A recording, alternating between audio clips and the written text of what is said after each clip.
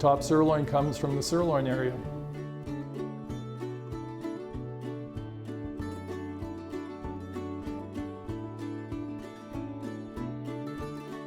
The first thing that I'm going to do with the top sirloin is I'm going to take off the top sirloin cap, and the reason I'm doing that is that the grain direction runs the opposite direction from the main sirloin muscle. At this stage here, we've got a little bit of excess of fat on the back of the top sirloin main muscle, so we'll remove some of that fat. Now let's make a rotisserie roast out of the main muscle. So at this stage here, I'm going to cut it off so that it will fit on a rotisserie. We'll trim it up a little better. Now we're ready to tie the rotisserie style roast.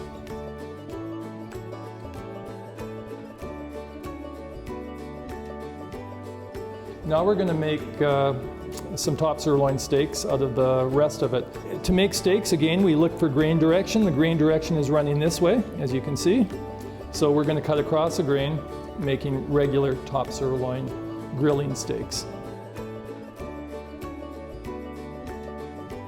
Now we're going to make top sirloin grilling steaks out of the cap. First of all, we're going to take off some of the heavy fat that you can see here. But as you'll see now, as I cut my steaks, I'm going to cut across the grain this direction. Again, this is the cap. The top sirloin cap is a very tender muscle, and I can cut fairly thick steaks, and they look very similar to a strip loin steak, actually.